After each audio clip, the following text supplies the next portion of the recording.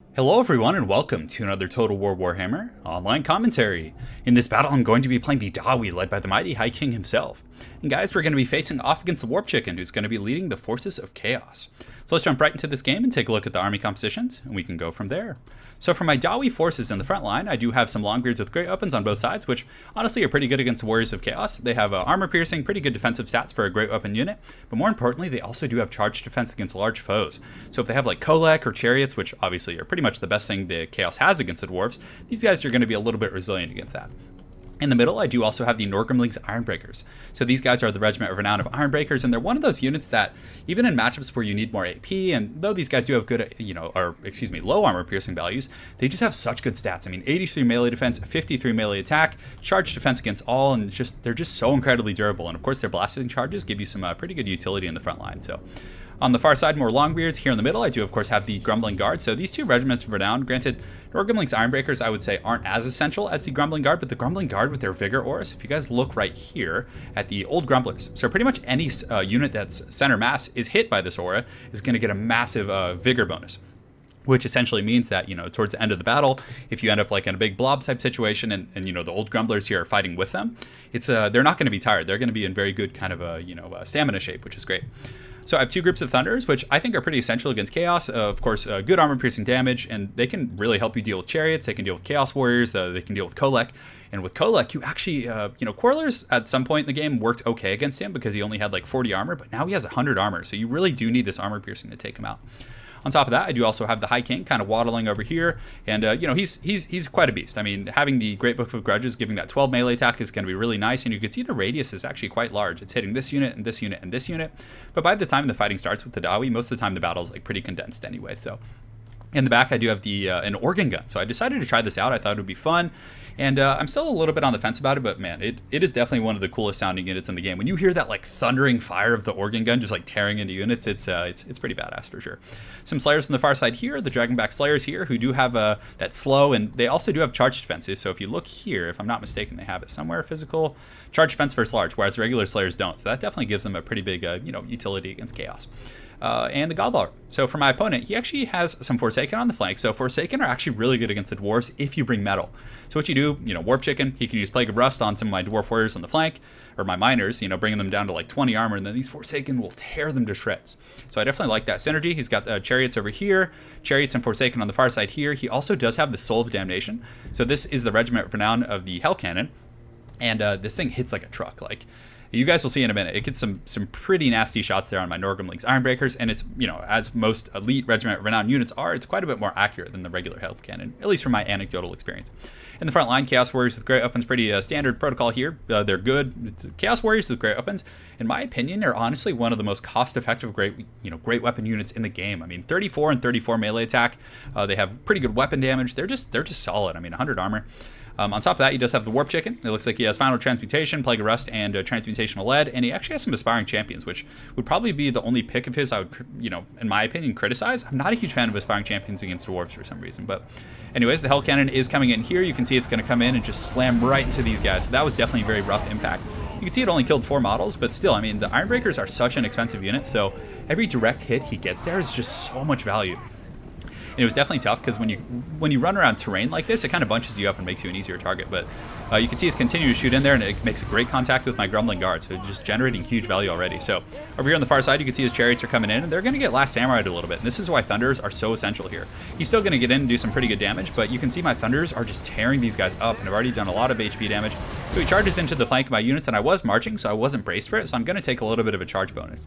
And something I just noticed is these aren't the Gorby's Chariots, so these are the standard Chaos Chariots that have a little bit less AP, but they're still quite devastating to the Dwarves anyways. So he gets in there and does a little bit of damage, but Thorgrim gets a great attack. You can see I'm throwing some blasting charges on these guys. They're actually shaken. And, another volley of blasting charges right here, as well as like another volley from my Thunders, is going to be very, very strong. Over here, you can see the Chariots coming down the hill and going to slam into some of my Miners. So this is kind of the age-old issue with the Dwarves. Just dealing with this type of play is very, very difficult for sure, but it can be dealt with. And I think, Thunders and the Organ Gun was not a bad tool. So you can see the Organ Gun here kind of tease off on these guys, and it's going to be kind of blasting, but it looks like they missed most of their volleys, which was rough. So he's going to be coming over here. Yeah, it hasn't done a ton of damage, a little bit there, but he's going to get into my Thunders and do some, good shock damage. I'm continuing to throw blasting charges, and it's a very messy back line, but nonetheless, guys, if I can deal with those chariots, and you can see this one has 2 models left, it's pretty close to being destroyed, and he charges on these thunders, and then this other group's going to turn and crossfire them.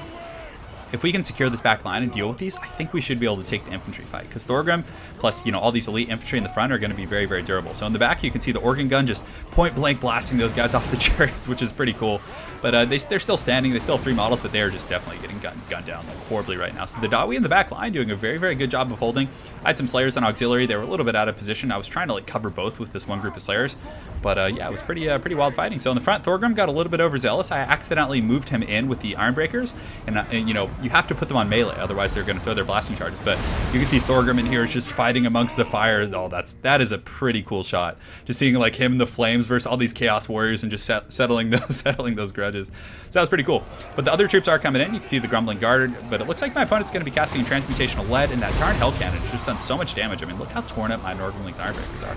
So the Warp Chicken does come in here, and he's going to be kind of smashing on some of these guys. He's got his KFC stick. He's having some fun. So he's going to probably come after my Ironbreakers, or maybe he's just moving. Darn, that accuracy is just brutal. On the far side, you can see some of these Forsaken are just getting gunned down by that organ gun. But let's see how many kills. Yeah, no kills yet, but it's done some HP damage, and it was mostly facing chariots anyway. So continuing to shoot, definitely not the best accuracy. I'm a little bit disappointed here, but you can see some blasting charges coming into these Forsaken. So I wanted the miners to just kind of take the brunt of that and throw those blasting charges, and then re-engage with the Slayers. On the far side, some of these Slayers have engaged with the Forsaken, and this is going to be like a very, very bloody battle. You can see that decapitated Forsaken just getting dunked on by that Dragonback Slayer. But the Slayers don't have the best armor piercing, and Forsaken do have like 70 armor, so they're still a little bit durable against these guys. But Dragonback Slayers are just such a strong unit. They have like just far superior stats. So that is the wrong button. So let me close that. I'll hit the I button, and yeah, they just have so much better stats. I mean, 50 and 32 against like 34 and 20. So it's just going to be like a pretty heavy slaughter. And the Forsaken are actually slowed by the Dragonback Slayers. They're taking Thunder Fire. You can see the chariots try and come back in, but I definitely prioritized them with pretty much everything I had, and I was just trying to gun those guys down. So the Dawi forces in the back line are doing pretty good. I re-engaged these Slayers over here, and the miners with these Slayers were able to chase these Forsaken off, which was nice. But the Warp Chicken is still doing some work. He's kind of running around just dunking on some of my frontline troops, and he doesn't that looks very impactful. It doesn't do a lot of damage, but he has great splash, and he's able to just run around and disrupt my formation. So you can see he's coming over here right now. He's going to get in and just start splashing on my frontline troops, and it looks like he's going to be casting Plague of Rust. I definitely like the Warp Chicken as a lord. He's pretty impervious to missile fire, so you don't really have to worry as long as you don't let yourself get surrounded by Slayers or different things like that. Another great final transmutation, which hits a big, big pocket of my troops. But unfortunately for my opponent, I do have a pretty good Thunder line. You can see they're just kind of firing freely and just gunning down some of these Chaos Warriors in the front line. We're having a little bit of trouble for sure, but they still do have the support of the Warp Chicken and Lord Metal, and it looks like this group of Chaos Warriors here was actually able to win this battle. You can see the battlefield. Bit of a combination of Dawi and Chaos Warriors here on the ground, but Thorgrim he's going to be a lot more kind of a resilient and impactful than the Warp Chicken, because the Warp Chicken's kind of just dancing around, but Thorgrim is like, he's actually laying a serious pimp slapping on these troops. Granted, he only has 15 kills. He's still just doing a ton of damage. And in the back, Thunders are still firing freely. You can see my organ guns are also online, so let's go ahead and see where they're shooting. I think I was like trying to retarget on some of these guys. And that darn Hell Cannon doing some great work. I wonder how many kills it has in the back. So only 54, but it's done some great HP damage. But you can see that withering fire. So the Dawi missile line has just been laying into these guys, which is awesome. And then in the back, I was able to get some Secret Agent Slayers in the back, and they were able to come back here. And they've definitely had enough of this shit from their Chaos Brothers here, so they're going to cut those guys to pieces, which is going to be nice. But these cannon crews on the Hell Cannons tend to last a long time. Like it always feels like it takes forever to kill them, but it should shut down the firing, which is going to be good. And you guys can see the balance of power is starting to just now shift to my favor.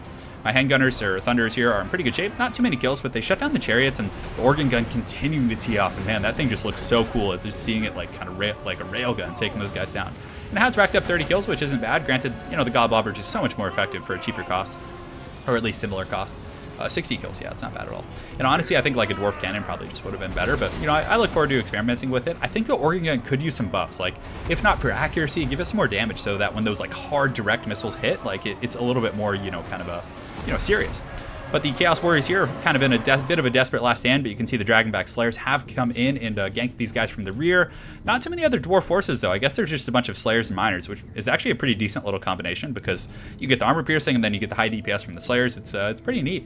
Warp Chicken in the back has been, taking some gunfire, but with his missile resist, he's just so incredibly durable. But it looks like most of the Chaos Warriors units are collapsing a little bit, and I have a full group of 60 Slayers coming in here, so I don't know how my opponent's going to be able to deal with that. So The Warp Chicken is gonna, he's gonna fight the good fight. He's gonna get in there, but once he starts taking hits from Slayers as well as Thorgrim, I mean, Thorgrim is a beast of a command. He has outstanding melee attack, really good melee defense, 120 armor, and the Warp Chicken doesn't really have good AP. So, the Warp Chicken probably would have absolutely no chance against Thorgrim. Like Thorgrim probably at like 30% could probably beat the Warp Chicken, unless he used his magic. If he was using like Leg of Rust and things like that, it would be a different story. But you can see he's taking some shots here, putting up a pretty good last stand, but he's going to get withered down, probably only 900 HP. You can see these Slayers are kind of dragging him down, and the High King is leading his boys to a pretty solid victory here. So let's get a slow-mo death of the Warp Chicken. It's always funny to see him go down. So yes, he's returning to KFC. He is falling into the pits of the warp, and he has, look at that eye. You guys see that eye? That was pretty funny, but yeah, he has gone down. So very well played by my opponent. Super fun game. It was cool getting some good utility out of the Organ Gun. And the Thunders, man, they did an outstanding job against those Chariots. So that was definitely pretty neat. But yeah, that Soul of Damnation, I really, my Chaos game, I don't tend to use Hell Cannons, but I honestly feel like I should learn to manually aim that. Because if you deploy very far back with Chaos and you start like manually aiming Hell Cannons, you can do so much devastating damage. Like he probably had he manually aimed that. And I'm normally like really against it because you kind of lose sight of what's happening on the battlefield. But against the Dwarves, who are so slow and you can kind of see what they're doing, I think it's probably worth it. I mean, he probably could have devastated my Thunders pretty heavily, and then his Chariots would have just had a field day. So, but very well played to my opponent, Lance WMS. Look forward to running into you again on ladder, and hopefully you guys enjoyed that Dawi showdown. Have an excellent night, and take care.